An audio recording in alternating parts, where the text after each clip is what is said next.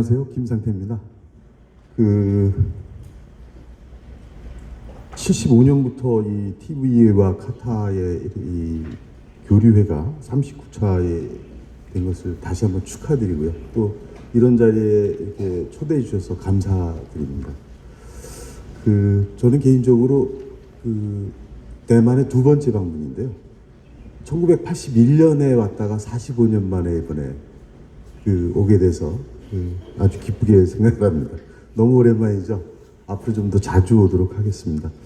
제가 오늘 말씀드릴 내용은 이제 문화를 활용한 관광 활성화 사례라는 부분을 이제 말씀드릴 건데, 이건 저희 한국에서 보는 어떤 이런 경험을 좀 편하게 공유한다라고 이렇게 이해해 주시면 될 것 같습니다.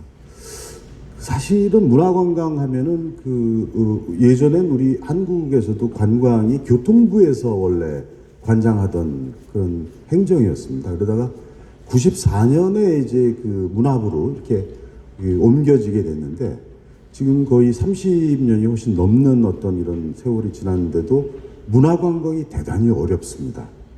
왜 문화관광이 어려우냐면, 제가 이제 대학 같은 데에서 강의를 하다 보면은 문화예술 쪽을 공부하는 사람들이나 그 분야에서 일하는 사람들은 창작자 마인드입니다.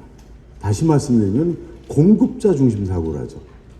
대신에 관광을 하는 사람들은 굉장히 수요자 마인드, 그러니까 상업적 마인드가 있습니다. 그러다 보니까 문화예술을 하는 사람들은 스스로 자기네들의 영역을 대단히 귀족적이라고 생각하는 거예요. 근데 관광하는 사람들은 그걸 쉽게 받아들이기 어려운 어떤 이런 것들이 있어서 문화관광이라는 게 사실은 별로 그렇게 쉽지 않다, 이런 말씀을 우선 먼저 드리겠습니다.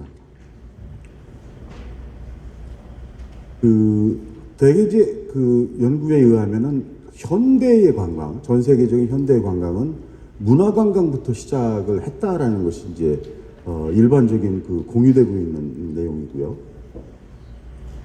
근데 문화관광이 조금 전에 말씀드린 대로 문화와 관광이 협력하는 것도 어렵지만은 문화관광의 범위를 어떻게 잡느냐 하는 것도 사실은 여전히 모호한 상태입니다.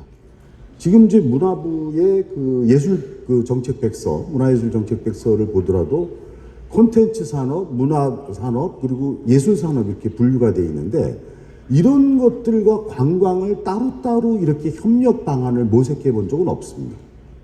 무슨 말씀이냐면은 정부 차원에서 이런 것들이 정리돼서 연구된 바가 없다는 얘기입니다. 그걸 다시 한번 또 말씀드리면, 민간 문화 예술계를 중심으로 해서 성공한 분야별로 관광이 가서 거기에 편승을 하거나 아니면 좀 더 보태기 방식으로 발전을 해왔다는 것이죠. 그런 면에서 이제 유럽의 어떤 위원회 같은 데는 이런 내용으로 정리하고 있습니다만, 이것도 정답은 아니라고 봅니다. 또 문화관광연구원에서 2012년에 연구했던 분류에 의하면은 대중문화, 그리고 모던문화, 전통문화, 이런 방식 분류밖에 없는 거예요.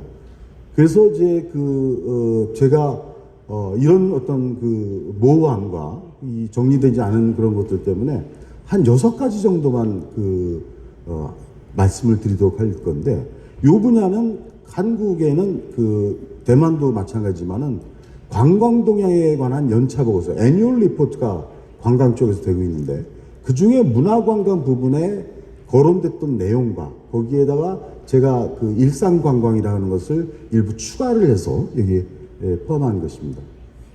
대개 이제 문화관광의 어떤 역사적인 맥락을 보면은, 사실 이전에도 조금씩 했습니다만은 아까 초두에 말씀드린 대로 1994년에 관광행정이 문화부로 옮겨지면서 시작을 했고요. 가장 대표적으로는 문화관광 축제 같은 것들이 96년에 그래서 처음으로 문화부에서 도입이 되면서 발전을 해온 어떤 이런 변화를 말씀드릴 수 있겠습니다.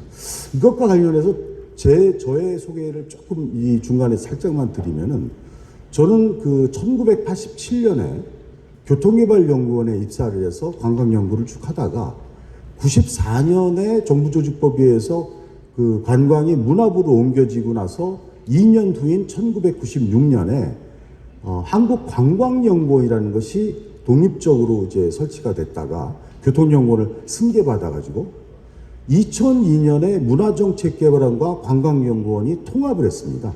그래서 이 통합된 조직이 지금 제가 그 소속이라고 얘기했던 한국문화관광연구원으로 이렇게 있었던 것이고요. 저는 2020년 초에 퇴직을 해서 지금 이제 초빙석자연구위원으로 연구원의 여러 가지 자문을 현재 하고 있는 그런 상황입니다. 대개 이제 그 한류라는 것이 이제 제일 유명한데 사실은 우리 한류는 우리 대만과 떼어놓고 얘기하기가 어렵습니다. 최초의 현대적 한류의 시작은 90년대 후반에 사랑이 뭐길래라는 드라마가 대만에서 아주 선풍적인 인기를 받게 되고 지금 그 클론이라고 하는 그 테크노 음악이라는 것을 보여준 초련, 뭐 쿵따리 사바라 뭐 이런 것들이 대만에서 그 폭발적으로 인기를 얻게 되고 이후에 겨울연가 같은 것들이 기억하시는 대로 일본에서 또 크게 성장을 하게 되면서 한류가 이렇게 쭉 의외로 30년 넘게 지금 자생하고 있는. 사실은 그동안의 많은 과정에서 한류에 대한 우려, 이게 그렇게 가겠어? 한국 문화가 그렇게 경쟁력이 있어? 라는 여러 가지 그 걱정과 우려에도 불구하고 30년 동안 오히려 지금 그 K-팝 데몬 헌터스라든가 뭐 이런 것들을 통해서 점점 더 어떤 그 열이 강해지고 있는 그런 현상들을 지금 보고 있습니다. 그리고는 이제 두 번째 유형이 한류 다음에 대중 그 문화가 다음에는 그 역사유산을 갖고 이제 하는 것들인데요. 이런 것들이 의외로 사실은 좀 뒤늦게 지금 굉장히 그 발전을 하고 있습니다. 원래 이쪽 분야는 보전이라든가 보존이라고 하는 이런 분야 때문에 관광과의 결합 같은 것들을 대단히 꺼려했던 분야입니다.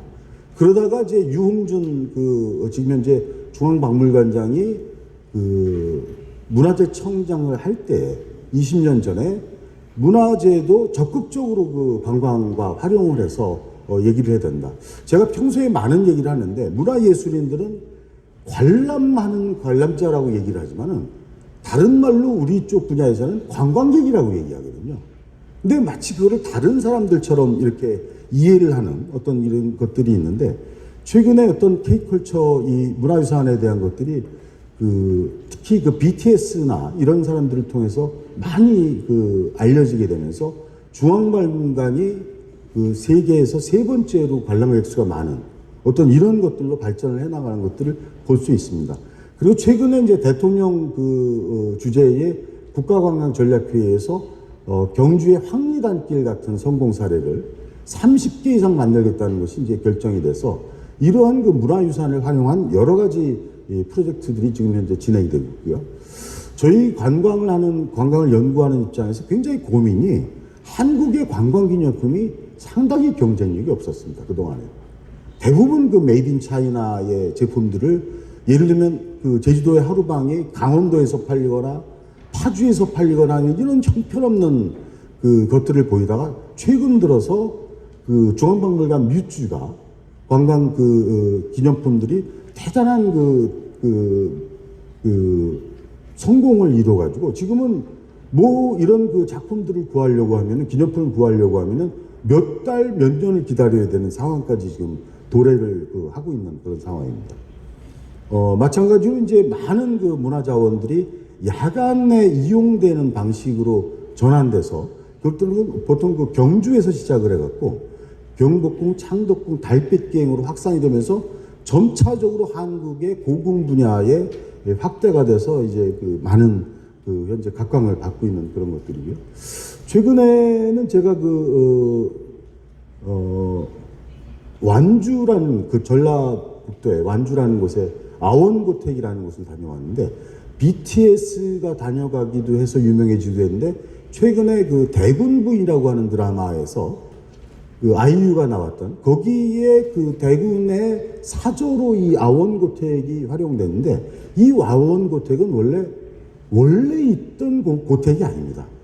일종의 편집 공간인 거죠. 몇 개의 지방에 있는 집들을 오래된 집을 모아다가 이렇게 예술적인 어떤 관점을 갖고 모아가지고 성공을 해서 이게 아마 지금 굉장히 핫한 핫플레이스가 지금 되고 있는 그런 상황이고요. 지금 이제 음식 문화는 뭐 우리 그 다른 선생님들도 많이 소개를 하겠지만은 음식도 제가 이런 말씀을 드릴게요. 15년 전, 20년 전쯤에 미국 내에서 에스닉 푸드, 민족 음식에서 한국의 순위는 한 27위 정도, 28위 정도 됐습니다. 지금 근데 그 이후에 20여 년 지난 지금의 미국 내의 에스닉 푸드로 한식의 위상은 4위 정도 됩니다.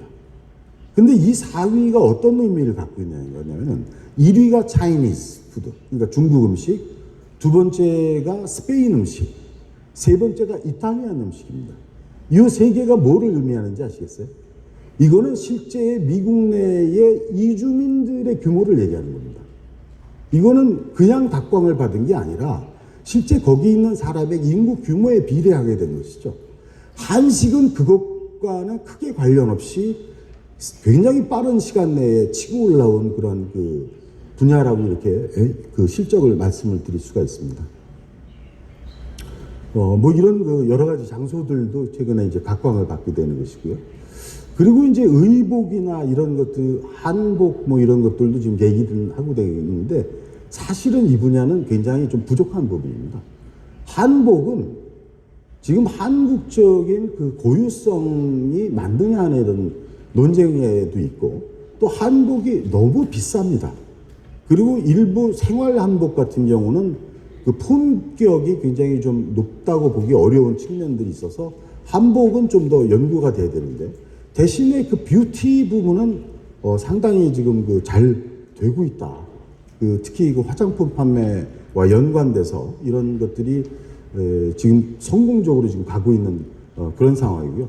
이런 것과 더불어서 우리가 조금 더 잘 되고 있다고 생각했는데 최근에 중국에는 왕홍 화장과 그 의복을 입고 다니는 왕홍 문화 같은 것들이 대단히 최근에 또 그 성공을 하고 있는 이런 것들도 저희들이 지켜보고 있는 그런 상황입니다. 의료 관광이 잘 되고 있고요. 이건 문화라고 보긴 좀 어렵습니다만. 그리고 이 뒤쪽에서 또 얘기가 되고 있습니다만 종교 관광을 얘기하지 않을 수가 없는데요. 템플스테이 하나만 짚고 말씀을 드리면은 한국의 템플스테이는 그 대만 불광사 세계적인 어떤 이런 사찰에서도 템플스테이를 하고 있습니다만 한국의 템플스테이는 다른 게 있습니다. 그건 뭐냐면은 중앙정부가 국가 예산을 갖고 전국에 있는 사찰을 대상으로 펼치고 있는 정책 프로그램이라는 겁니다. 뭐 여러 역사를 길게 얘기할 수는 없지만은 그런 면에서 그 좀 더 아마 다른 이 대만이나 일본에 있었던 태국에 있었던 템플스테이와 다른 면이죠. 거기는 개별 사찰들이 운영해가는 템플스테이라는 것과 한국은 국가정책으로 이것을 2000년 월드컵 때 받아들였던 그런 것으로 이해가 되면 좋을 것 같습니다. 특히 이 최근에 불교가 그 힙한 불교라는 것을 최근에 이제 총무원장이 강조하면서 젊은 그 한국의 젊은이들에게도 굉장히 좀 이슈가 되고 최근에 얼마 전에 있었던 부처님 오신 날 연등회가 너무나 대대적으로 지금 성공을 거두고 있고 이런 그 축제의 부분은 그 워터밤이라고 하는 일종의 공연 쪽에서의 성공 또 싸이의 흠뻑쇼 같은 어떤 물쇼 같은 것들도 상당히 좀 성공을 거두고 있다. 그리고 최근에 제가 이제 경주에 가서도 XR 버스 같은 경우 봤습니다만은 IT와 AI의 활용을 통한 문화관광의 여지도 굉장히 대단하다고 봅니다. 제주도의 빛의 벙커 또 아르테 뮤지엄 같은 경우도 여러 지역에서 지금 현재 뭐 제주, 혹은 강릉, 부산 뭐 이런 데에 지금 이루어지고 있는 것들도 대단히 성공을 이루고 있고요. 드론도 그렇고 그리고 뭐 여러 가지 IT를 통한 것들이 많이 이루어지고 있고 대중문화 같은 경우도 이제 아까 말씀드린 것들이 있는데 저는 이제 그 대중문화를 많이 알려졌고 일상관광 분야의 문화를 조금 말씀을 드리면은 원래 예전에 찜질방과 노래방과 PC방이 한국의 대표적인 일상관광의 3방이었어요. 3대방. 근데 최근에는 올리브영과 다이소, 그 다음에 편의점, 그리고 무신사 등의 어떤 일상관광이 결합이 되면서 이게 대단한 현재 매출 성장을 선도하고 나가고 있는 어떤 이런 것들을 보여주고 있죠. 축제 부분은 뭐 길게 말씀은 못 드리겠습니다. 근데 최근에 김천의 김밥 축제, 그리고 그 구미의 라면 축제, 그리고 지금 준비 중인 그 김해의 카레 축제, 이런 것들은 지금 준비 중에 있거든요. 그래서 이런 일상과 결합된 어떤 그 소재들을 찾아가는 것들도 대단히 필요하다, 이렇게 말씀을 드릴 수 있겠습니다. 이제 정리를 해야 될 것 같습니다. 이 문화관광은 대단히 제가 처음에 말씀드린 어려운 분야입니다. 근데 어떤 지속 가능성을 위해서는 문화관광이 대단히 중요하다. 적은 돈을 갖고 큰 정책 효과를 볼 수 있는 분야다라는 어떤 정부와 업계의 인식이 저는 필요하다고 그렇게 보고 있고요. 문화관광의 분야는 아직도 확장할 여지가 대단히 많습니다. 제가 볼 때는 어떤 파인아트 분야도 그렇고, 또 제가 볼 때 공연이나 특히 한국의 건축 같은 것들이 지금 대단해지는 거 아세요? 제주도는 건축 투어만 해도 4, 5일 이상을 해야 됩니다. 이런 그 분야에 대한 확장 부분, 그리고 마지막으로 공공 분야가 이제까지 주도해 왔다면, 정부 중심의 어떤 주도였다면 이제 민간으로 가야 됩니다. 일반 민간에서도 그 중요한 문화예술계의 민간도 중요하고 기업의 참여가 대단히 중요한데, 저는 오늘 마지막으로 드릴 말씀은 우리 관광산업도 문화가 하나 터져서 거기를 상품화하는, 뒤늦게 상품화하는 차원이 아니라 선도적으로 나가서 그 여행업계나 혹은 그 호텔업계나 컨벤션 분야라든가 이런 분야들이 적극적으로 문화관광에 나서야 될 때가 아닌가, 그런 말씀을 드리면서 저의 그 발표를 마치도록 하겠습니다. 들어주셔서 감사합니다.